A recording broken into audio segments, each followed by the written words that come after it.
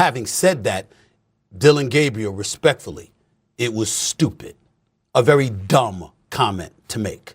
First of all, let me tell you something right now. Stephen A. Smith heard what Dillon Gabriel said about Shedeur Sanders, and he wasn't having it. One comment was all it took for Stephen A. to go off. What did Gabriel say?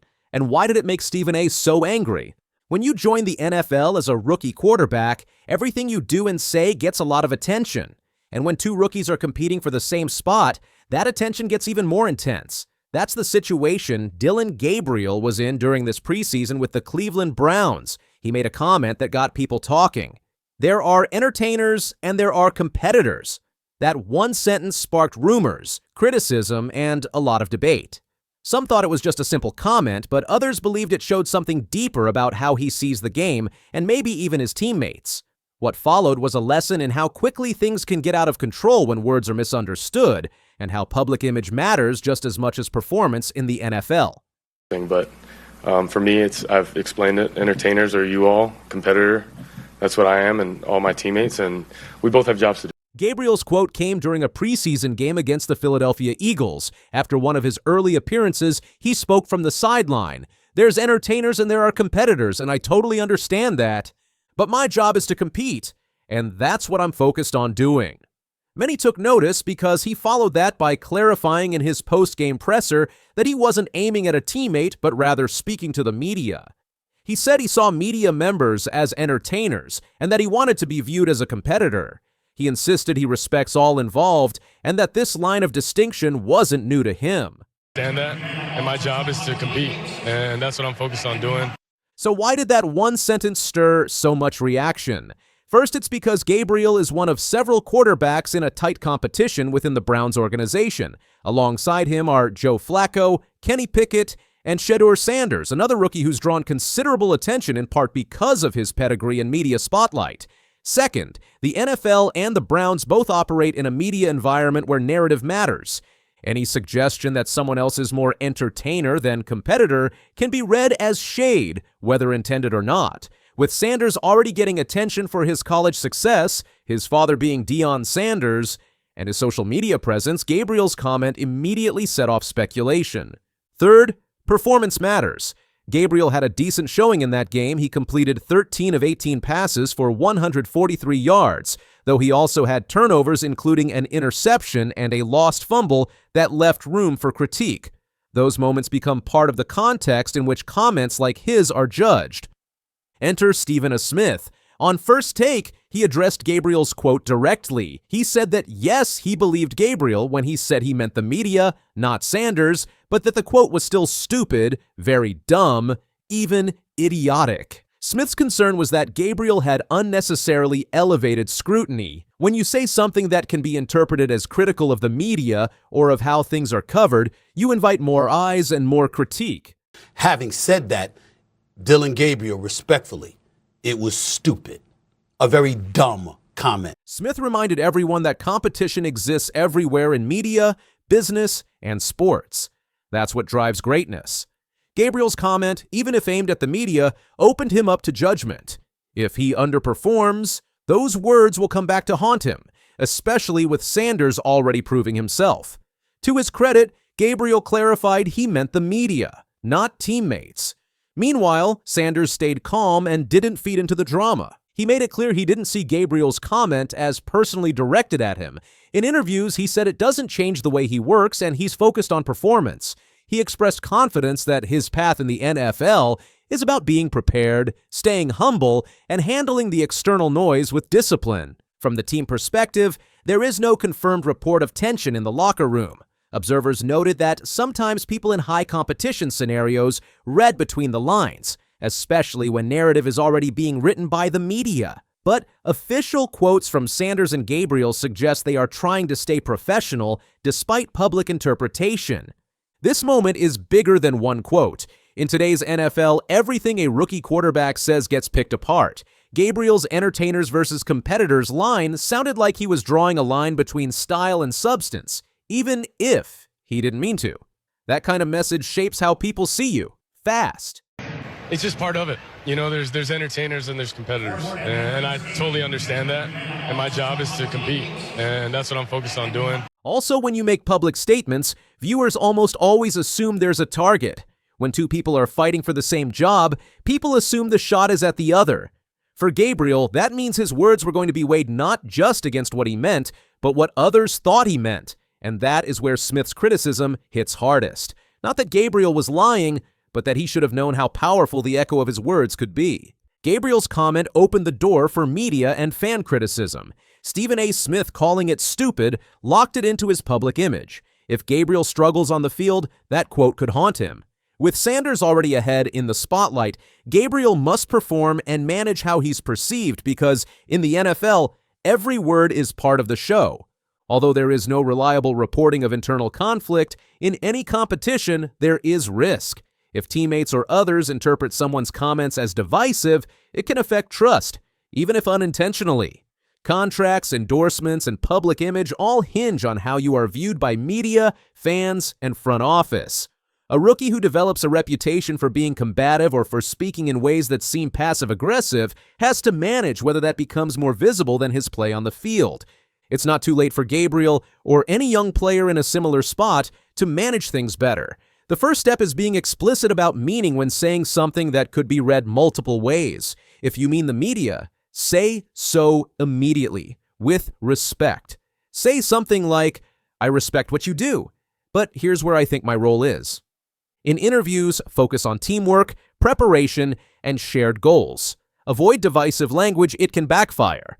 When criticized, respond calmly and clearly like Gabriel and Sanders did.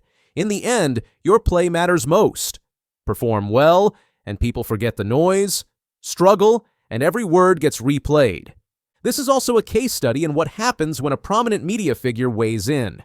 Stephen A. Smith has reached an authority.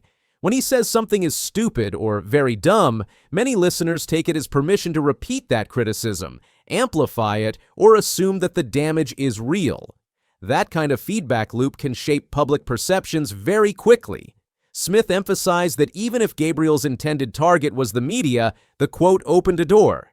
Stephen A. Smith warned that if you perform poorly, people won't just remember the game, they'll remember what you said, especially if it sounds arrogant. In today's NFL, the media shapes the story, and your words can define your image. Dillon Gabriel's comment wasn't just a mistake, it was a reminder that how you speak matters as much as how you play. He tried to explain himself, and Sanders stayed focused, but that one quote still left a lasting impact. In the NFL, being a quarterback is about more than just stats. It's also about respect, trust, and how you handle attention. For Dillon Gabriel, this moment was a big risk. For Stephen A. Smith, it showed how powerful words can be. If Gabriel wants to control his story now, he'll need to play well, speak clearly, and stay consistent, because once something is said in public, it sticks. Shedeur Sanders didn't want to go to the Baltimore Ravens because the Baltimore Ravens had a black quarterback. Somebody hear that? Like, what?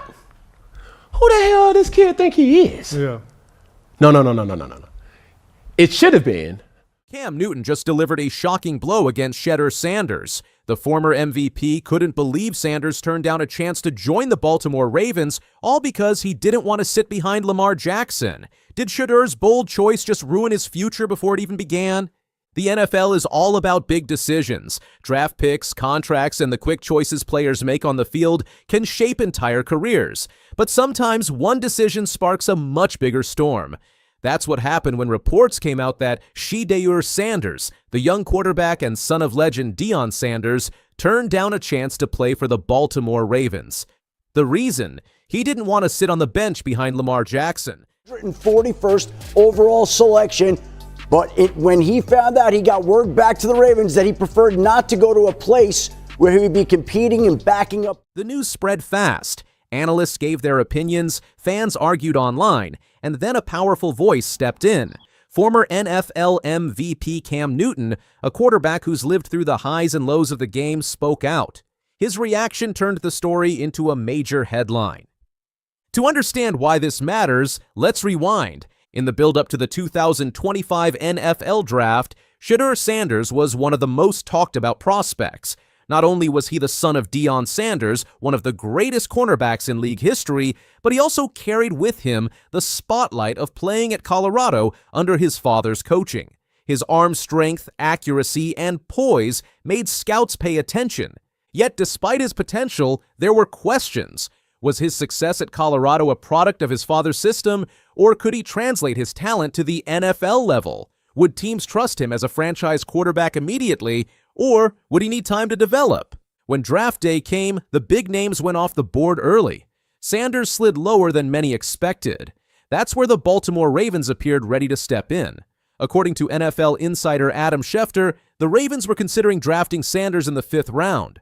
Baltimore saw value in having a young quarterback who could learn behind Lamar Jackson, their superstar and the face of the franchise. But then came the twist. Schefter reported that Sanders and his camp made it clear he did not want to be drafted by Baltimore if it meant sitting behind Lamar Jackson. In the NFL, the label of backup quarterback is complicated. Some embrace it as an opportunity to learn and bide their time. Others see it as a cage, a place where careers stall. Sanders' camp apparently believed the latter. By refusing Baltimore, Sanders signaled he wanted a clearer path to the starting role. In the end, he landed with the Cleveland Browns. But Cleveland was no paradise. Veteran Joe Flacco was still there. Rookie Dillon Gabriel joined the roster. Sanders found himself buried on the depth chart, the very situation he seemed to be avoiding. It was at this point that Cam Newton weighed in.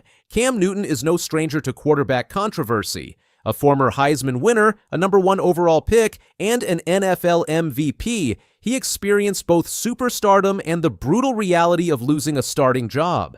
When he speaks on the life of a quarterback, people listen. Newton criticized Sanders' refusal to join the Ravens. To Newton, the chance to sit behind Lamar Jackson was not a punishment, but a blessing. He pointed out that Jackson represents everything a young quarterback should want to learn from. He is not just one of the most electrifying players in the league, but also a leader who has managed to avoid off-field drama, build trust within his team, and stay consistent despite immense pressure. Stay ready so you don't have to get ready. Newton went further. He suggested that Sanders, given his own life experiences, might have been able to relate to Jackson on a personal level. Watching how Jackson handles fame, expectations, and responsibility could have shaped Sanders into a stronger professional. For Newton, turning down Baltimore was not just a missed opportunity. It was a mistake that could alter the trajectory of Sanders' career. Baltimore was an ideal landing spot for Shedeur Sanders on paper. Lamar Jackson's status as the unquestioned starter meant there was no rush. Sanders could have developed behind the scenes, learning the speed of the NFL without the pressure of being thrown into the fire.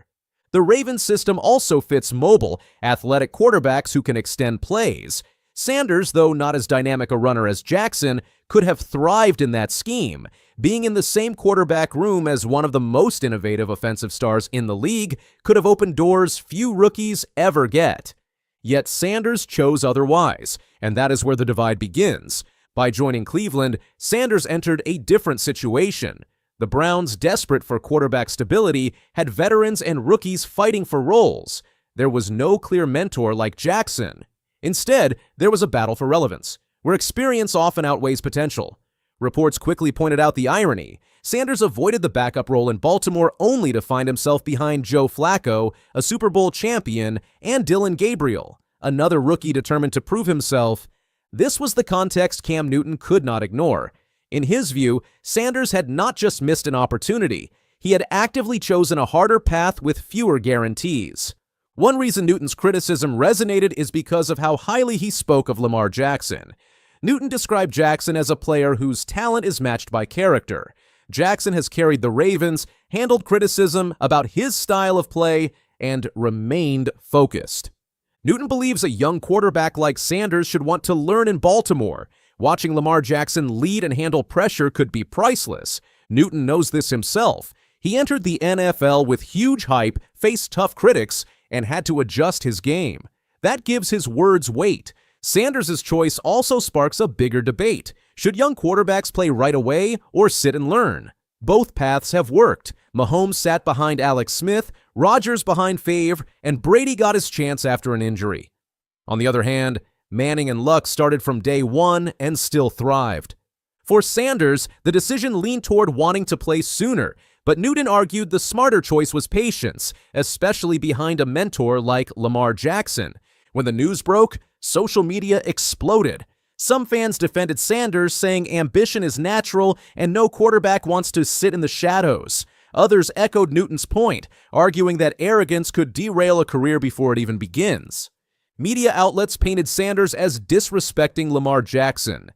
Fair or not, that became the story. In the NFL, image can matter as much as talent. Cam Newton's career proves it. He was once an MVP and Super Bowl star, but injuries and team changes pushed him into backup roles.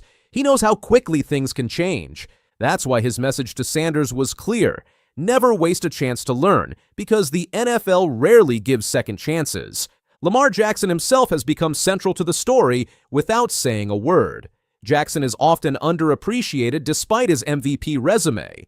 For a young player to refuse the chance to learn from him raises questions about respect within the league.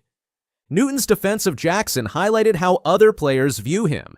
To them, Jackson is not just an athlete, but a role model. That makes Sanders' refusal look even more questionable in the eyes of veterans. For Shedeur Sanders, this isn't just about headlines. Teams may now question his attitude since the NFL values humility and patience. In Cleveland, he still has talent, but his path is unclear. The league is tough, and one choice can shape a career. Saying no to Baltimore and Lamar Jackson could define his future. Cam Newton's message was clear. Success takes time, learning, and the right chances. Shedeur's story isn't over. He could shine in Cleveland or regret the chance he passed. The real question is simple: did he make the right move or the wrong one? That's one of the teams that does it at a high level. Why not go to Baltimore? And I said on the ESPN platform, if any team or any person can relate to a guy like Shedeur Sanders, it's Lamar Jackson. Why? I don't think Lamar Jackson gets enough credit for this and this only. Cam Newton just unleashed a brutal take on Shedeur Sanders, and it's all because of a draft decision that stunned the NFL world. Newton didn't hold back, and what he said left everyone talking. The young quarterback, once considered a potential first-round pick, is buried on the Cleveland Browns depth chart. And as Newton sees it, Sanders may have missed out on a golden opportunity to learn from one of the NFL's most respected quarterbacks, Lamar Jackson. Shedeur Sanders entered the 2025 NFL Draft with the kind of hype that typically surrounds a surefire first-rounder. The son of Hall of Famer Deion Sanders, Shedeur had the pedigree, the college tape, and a massive fan following thanks to his electric performances at Colorado. But when the dust settled, Sanders wasn't picked in the first round, or the second, or even the third. He fell all the way to the fifth round before the Cleveland Browns finally took a chance on him. According to ESPN's Adam Schefter, the unexpected slide may have been self-inflicted. Sanders allegedly told the Baltimore Ravens not to draft him, fearing he'd be stuck behind Lamar Jackson. The Baltimore Ravens were going to draft Shedeur. They called Shedeur before doing that. And Shedeur told them, nah, I don't want to sit behind Lamar Jackson. That single decision may have changed the entire course of his NFL journey. Cam Newton, no stranger to NFL spotlights and controversies himself, weighed in on the situation during a recent episode of ESPN's First Take. His message was loud and clear: Shedeur messed up. Newton called the situation a learning lesson about life, emphasizing how unpredictable the NFL can be. Newton pointed out that Jackson, one of the league's most dynamic and respected players, has never had any off-the-field controversies. He's been a model pro and a perfect mentor figure for a young QB with big expectations and even bigger media attention. Baltimore wasn't just a stable environment, it was one of the best possible landing spots for a rookie QB. With Lamar Jackson as the starter, Sanders wouldn't have faced immediate pressure to perform. Instead, he could have learned, grown, and sharpened his skills behind a quarterback who's been doubted, disrespected, and yet consistently delivers on the field. Cam Newton emphasized that exact point, suggesting Sanders could have benefited from watching how Lamar handles not just game day challenges, but the off-field noise and public pressure. It's about more than just performing at an elite level, Newton explained. It's about how he manages so many different things outside of football. Instead, Shedeur opted for what Newton described as curtain number 2. That mystery destination turned out to be Cleveland, a team with its own set of quarterback questions. But rather than stepping into a clear path toward playing time, Sanders found himself third on the depth chart. Ahead of him, veteran Joe Flacco, who's had a career resurgence, and fellow rookie Dillon Gabriel, who is currently second string. That puts Sanders in a tough spot, buried on the bench with limited practice reps, minimal preseason momentum, and no clear timeline for seeing the field.